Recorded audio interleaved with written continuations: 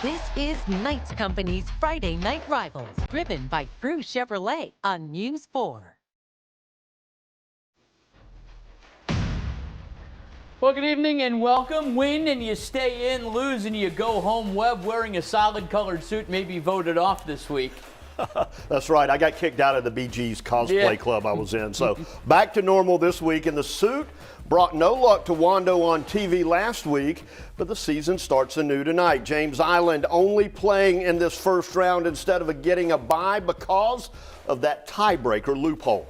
Yeah, let's head over to James Island, and it is all James Island all the time in this one. Malachi Washington takes the handoff and takes it into the end zone. 7-0 J.I. on top. More still in the first. Connor Dantzler, a tunnel screen to Rafael Puyu. He is in for 6 after some nice moves, and the Trojans are flexing their muscle. More in the second quarter now. Dantzler to James Hurto, 21-0. The route is on. James Island just rolls over Wando tonight in the playoffs. 48-0 is the final. Yeah, I'm pretty happy, man. Congratulations to the coaching staff and his team. Wonderful, wonderful job. Job well done. Our fans deserve it. The kids earned it. So we're going to celebrate. First round playoff win. And Somerville with 2 losses this season, so they have to play a first-round game. But they've already throttled West Ashley this year, and they know a win means a rematch with Ashley Ridge. Their bad loss. Up to John McKissick Field at Memorial Stadium for this one. Somerville possession, and it wouldn't take long for the Green Wave to get very dominant in this one. Somerville possession, and it's Javen Williams. He's going to find the hole, and he is gone. No one going to touch him. 65 yards to the house, and very quickly the Green Wave are running away with this one. West Ashley, they would get the ball back. Chase Town looking for a wide receiver, but he's going to be picked off by Jaden Kelly Murray. Next West Ashley possession. Town again. This time he's going to pick by Jacadian Pendergrass, and it is a pick 6. Somerville possession. Max Stafford finds a wide open Teru Davis for the touchdown. Somerville wins this one 65-21. Meanwhile, Fort Dorchester hosting Lexington, picking up the action 3-0 Patriots. Just under 2 to play in the first half. Patriots deep in Wildcat territory. They would go deeper after the nice run by Kyrone Durant inside the 5. From there, it's Larez Matthews taking the direct snap. He bowls his way in for 6. 10-3 Fort Dorchester. Patriots get the ball back one last time before the half. Looking for more, but the pass is going to be picked off by Lexington's Caleb Schrott. And then the first drive of the second half, the Wildcats would get the ball and they would answer. Avery Coyle over the middle to the big fella, Victor Kaczynski, and he's going to the house. That cuts the Fort Dorchester lead to 10-7, but Fort Dorchester hangs on to win it tonight by a final of 24-21. Cane Bay at River Bluff. Let's head up to Lexington County. Gators up 14-7 at the half. Cane Bay is driving. Andrew Wright with a violent run right here for a first down. 4th down. Cobras are going for it, but the Gators deny the conversion. It is going the other way for River Bluff, and then Gators get the ball. Davis Taylor goes deep to Darius Carter. Carter puts the Gators up 14. Gators win it 24-13. River Bluff visits Stratford next week. Lucy Beckham won a big one at home last week on TV. Jamel Smith adamantly said in his post-game interview, it's a new season. His team there to represent Mount Pleasant. They go as far as Finn Gunter takes them. Well, how about Jaden Geathers running the ball for the Bengals? Nice cut and run down the sideline. Knocked out, but first picks up a first down. Geathers running it again. Nothing special about the run, but pretty special what the ref pulls off here. Nicely done. Pops right up and spots the ball. Doesn't miss a step. Drive is capped with a Jack LaMonica touchdown for the Bengals. And the Bengals, a nice win tonight. 38-21 is the final score from Mount Pleasant. Stay with us. Much more still to come. Oceanside, Philip Simmons right up next.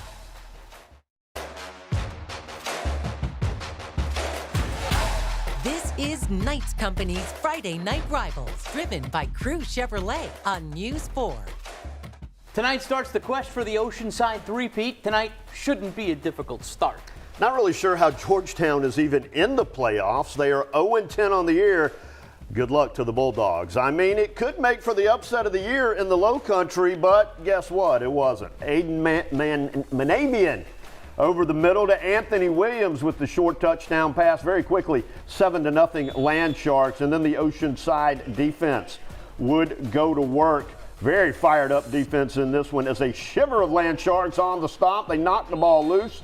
Georgetown gets it back, but they would have to punt it away. Back on offense, Monavian with the short pass to Cooper Webb for a first down and lots more inside Georgetown territory. That would eventually lead to this. Zakai Muncie finds the corner, and he's going to bolt in the score. He's going to tiptoe down the right side for that touchdown. Very quickly, 14-0, just like that. Oceanside wins this one easily, 49-15.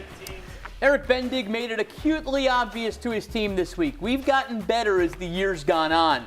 They've gotten better too. A 46-14 win over Whale Branch during the regular season means nothing. And there is Eric Bendig leading the charge of Iron Horses, and he has to like the defense to start this thing. Roman Hood, lightning fast off the snap, sneaks in and takes the sack for Philip Simmons. Nicely done. But Bendig can't like this. Hayes Goddard telegraphs the pass right into the waiting arms of Takeem Person, who cruises into the end zone, and that's a pick six for the Warriors. Philip Simmons driving back, first down from Amonte Taylor. But Jamor Bagley, look at this hit. Oh my, nasty, but Taylor would end up finishing the drive with a touchdown, and Philip Simmons rolls on to an easy win over Whale Branch, 57-12. Bishop England hosting Lower Richland. We pick it up in the second half. The battling Bishops up 17-0. Gerald Gibson for the Diamond Hornets. He's going to air it out 40 yards. Unfortunately for him, it's Zach Balog there to make the INT next series. And Gibson more than makes up for the INT with a gorgeous dime to Chad Wilson for pay dirt. The PAT is good, and it is 17-7. That Bishop England lead cut to 10. What our Photog Hines believes to be the play of the night. William Donato finding a leaping Brody Tonin, breaking 4 tackles and an attempted horse collar. He goes the distance and gets some gentle love taps on the helmet for a job well done. As Bishop England goes on to win this one 24-7, they face South Florence, the alma mater, next. Tell Brian Hines next time he's cutting those highlights to cut them a little longer if he wants a play of the night. We're in Hanahan where they're up against Waccamaw. Mood Electric, Trip Gallus, one of the sweetest arms he effortlessly connects with Quamel Grant as he makes the catch look easy, and Grant in for 6. Hanahan has the extra point block, but that didn't bother the Hawks. Gallus goes right back to the air, finds Grayson Mathis this time as the defender mows the grass with his own face mask, not to be outdone. Waccamaw's Andrew Great claws his way upfield, bobbing, weaving, and running into a man for a hard-fought 30 yards, setting up another great run by Great to the end zone. In fact, he goes past the end zone, but it doesn't matter because Hanahan wins this one easy, 38-21. They are moving on. Let's head over to Timberland. They are hosting Barnwell tonight. Barnwell would strike first in this one with a 2-yard touchdown run up the middle. That puts them up 8-0 after the 2-point conversion was good. But don't count Timberland out. Back they come. Montez Addison. He's going to take the ensuing kickoff, and he's going to take it all the way to the house. The momentum short-lived there for Barnwell as Timberland comes back with that one, and then Barnwell gets stopped. They have to settle for a field goal attempt, but it's no good. And that sends Timberland's offense off to the races. 84-yard touchdown by Montez Addison. That puts Timberland up 15-8 with the made PAT. And the final tonight, Timberland gets the victory 46-9. Atlantic Collegiate, winners of 2 straight games heading into the playoffs. First ever playoff game for them, playing Woodland early action. Armada on the 1, Samaj Wilson right up the gut, follows the Big Hogs up front to the end zone, breaks the goose egg. Atlantic Collegiate on the board up 7. Move to the second quarter, same score once again. The Armada go back to their bread and butter. Mr. Wilson, he'll find plenty of green grass on his way to the second score of the night. They lead 14-0. They win 14-0. Woodland season comes to an end tonight, 14-0. in Myrtle Beach. Let's out to Latta, Baptist Hill and Latta. And right before half, Vikings in the Baptist Hill red zone. Quarterback Mason Weatherford zips one to his big senior, Adrian McDonald, for the touchdown. Latta scores 26 unanswered in the first half. Late in the third quarter we go. Baptist Hill looking to throw. Braden Franklin launches it into double coverage. 6'4" senior Martell Waite comes down with the Bobcats get on the board. Wright would haul in another touchdown, making it a 12-point game heading into the fourth quarter. But at the end of this one, it is Latta getting the victory 34-14, and that ends Baptist Hill's season. Stay with us. Porter-Gaud looks for revenge right after the break.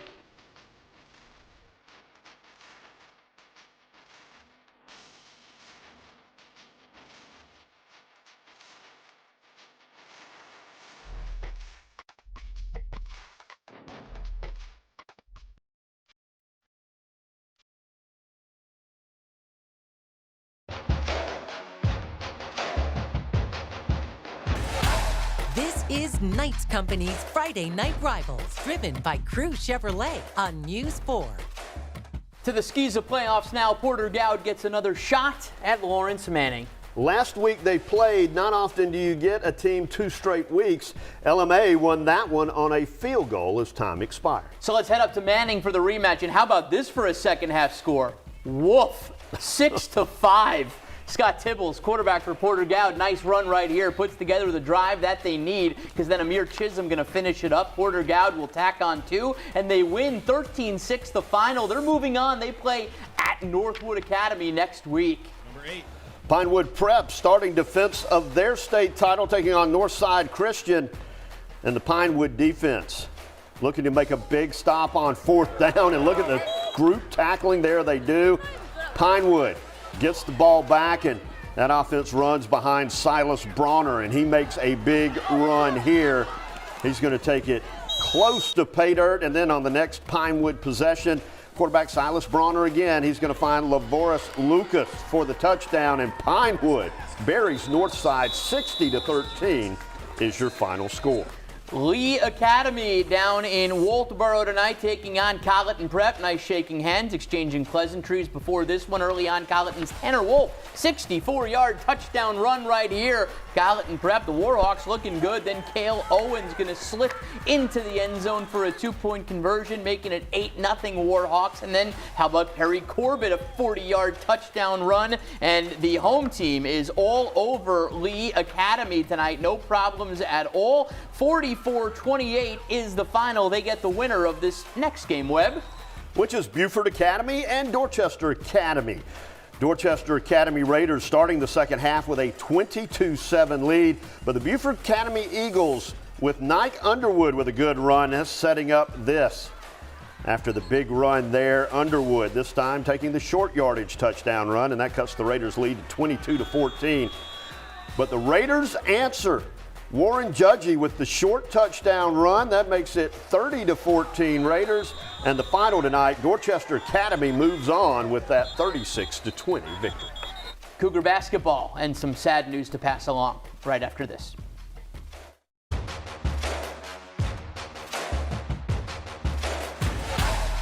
This is Knights Company's Friday Night Rivals, driven by Crew Chevrolet on News 4. College of Charleston plays their first D1 game of the year tonight at Liberty, a tough one, and they better shoot better if they want to have a chance. 1 for 27 this week from three-point land against Tusculum. Now, there's Chris Mack, and this is a tough game for the college. Down several players, including Colby Dugan, likely until January, but they do have Chal Machat, the freshman, the alley-oop dunk right there. Then Cougars go inside to Machat again. A nice finger roll, 18 points and 9 boards for Machat. Martin Kalu is good for the Cougars tonight off the free throw miss. He rebounds, he hits the 3. Kalu with 22, but all Liberty, they shoot the cover off the ball. Brett Decker, 3 of his 21. Liberty takes it easily, 90-75. Cougars get Florida Atlantic tomorrow. They're in Lynchburg. And some horribly sad news to pass along to you tonight. Former Citadel basketball standout Quaison Williams has died after a bout with cancer. He played 4 years for the Bulldogs from 2015 to 2019. Great moments, none better than that one right there. Coast to coast, buzzer-beating lay-in against arch-rival VMI. The smile unrivaled, the moments special, and his post-game interview told the story.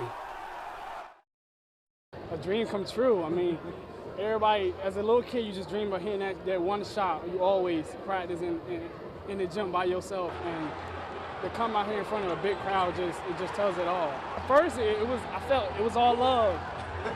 after a while, I couldn't breathe. Like, back up, I can't breathe. There's too much space. Like, I need space. But it was great. And to look at your college football on Saturday, the Citadel Bulldogs, at least hopefully they're getting a big paycheck as they have to travel to Ole Miss. And then at 1:30, it is Howard at South Carolina State. 4 o'clock, Georgia State at Coastal Carolina. And then in the nightcap, it is Clemson trying to salvage their season. They face Florida State, and thankfully for the South Carolina Gamecocks, if there's any team that needs a bye this week, it would most likely be them.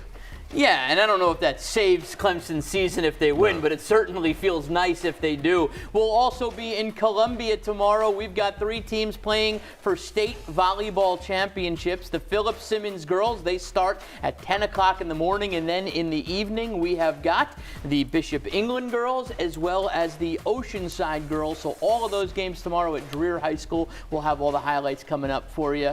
Webb, this was fun. How about a lot of teams still alive? Absolutely. We should have another full show next week. We do. Plus, we get the teams that had byes tonight back. Stratford, Ashley Ridge, they'll all play. And then that Somerville-Ashley Ridge game going to be huge. Porter-Gaud, Northwood Academy is going to be a great rivalry game. Who knows what we've got coming up, but it will be fun. And hopefully we'll get a couple teams that make their way all the way to December 8th and 9th, I believe, up in Orangeburg. Well, we certainly have a couple looking for repeats. So we should have some playing well into the end of November. Exactly. All right, for Webb Wright, for our team of photojournalists, I'm Scott Eisberg. We'll see you tomorrow evening after the football game at about 11 o'clock. Have a great night, everybody.